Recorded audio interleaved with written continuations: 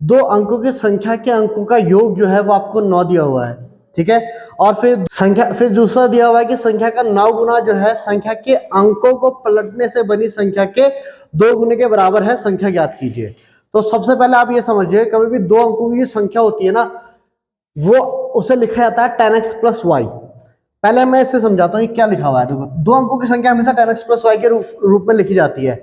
ये इकाई है और ये दहाई है। इकाई की संख्या आपकी इसमें वाई है और दहाई की संख्या इसमें क्या आपकी एक्स है।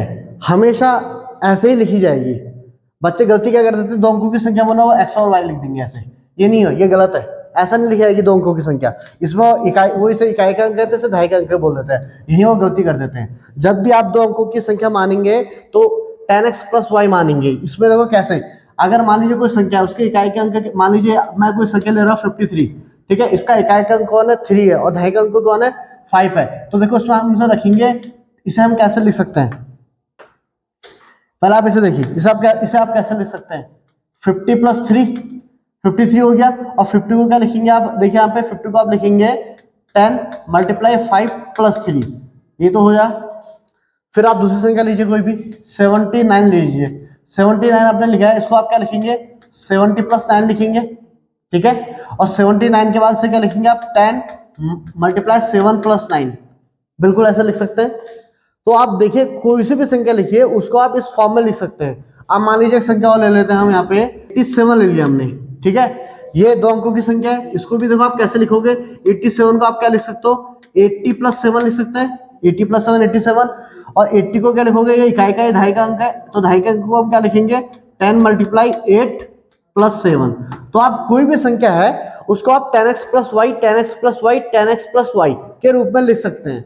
तो इसलिए जब दो अंकों की संख्या आपको लेनी होती है तो उसको आप हमेशा 10x प्लस वाई, वाई हो गया यहाँ पे इकाई का अंक और x हो गया यहाँ पे दहाई का अंक हो गया, ठीक है। इस फॉर्म में आप इसे लिखते हैं। फिर आपने क्या किया, अब देखो उसकी कंडीशन पढ़ते हैं। वो कह रहा है, प्रश्नानुसार क्या कह रहा है कि संख्या के अंकों का योग 9 है। तो संख्या के जो अंक है उनका योग 9 है। तो अंक कौन है, अच्छा, अंक और संख्या में तो आपको अंतर पता ही होगा ना, x और y अंक हो गए, उनसे मिलकर संख्या बनी हुई है, ठीक है ना। तो अंकों का योग यानी कि x plus Y equal to 9 दे रखा है आपको, सिंपल। तो ये पहली कंडीशन बड़ी आसानी से आपकी बन गई है, क्लियर हो गया। अब देखिए प्रश्नानुसार दूसरी कंडीशन क्या है। दूसरी कंडीशन क्या कहता है कि संख्या का 9 गुना। अब बात कर रहा है संख्या का 9 गुना। देखो संख्या अंकों का 9 गुना नहीं कह रहा, ध्यान रखना, संख्या का 9 गुना। तो संख्या तो आपकी 10x प्लस वाई है, तो संख्या कौन होगी, 10x प्लस वाई, इसका 9 गुना ये हो गया। संख्या का 9 गुना है संख्या के अंकों को पलटने से बनी संख्या। संख्या के अंकों को पलटने से बनी संख्या, अगर ये 53 है तो उसको 35 कर देंगे। तो 35 करेंगे तो इकाई के स्थान पर कौन आ गया, 5, और दहाई के स्थान पर कौन आ गया, 3 आ गया, जगह चेंज हो गई ना। तो ऐसे यहाँ पे अगर हम करेंगे तो क्या करेंगे, संख्या के अंकों को पलटने से क्या संख्या बनेगी बताओ, x के प्लेस पे y आ जाएगा और y के प्लेस पे कौन आ जाएगा, x आ जाएगा। तो संख्या पलट जाएगी ना, तो अंक पलट गया संख्या के। तो वो कह रहा है संख्या का 9 गुना संख्या के अंकों को पलटने से बनी संख्या के 2 गुने के बराबर है।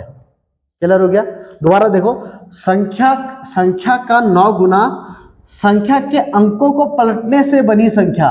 तो ये भी एक संख्या है और ये संख्या कब बनी है, इसके अंक पलट दिए मैंने, x के बदले y और y के बदले x लिख दिया, से बनी संख्या के 2 गुने के बराबर है। ये उसने कंडीशन हमसे कही थी। इसमें देखो उसे सॉल्व कर देंगे, ये हो गया आपका 90x, हो गया आपका 9y इक्वल टू 20y और 2x हो गया। x वाले एक तरफ y वाले एक तरफ ले आऊंगा तो मैं 88x इक्वल टू 11y आ गया।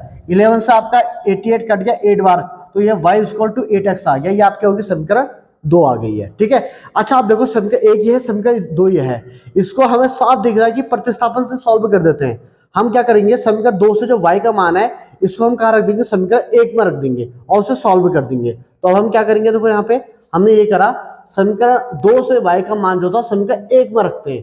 तो समीकरण 1 क्या थी, x plus Y equal to 9 थी, उसमें हमने y इक्वल टू 8x रख दिया। तो सॉल्व करा तो x इक्वल टू आ गया आपका 1।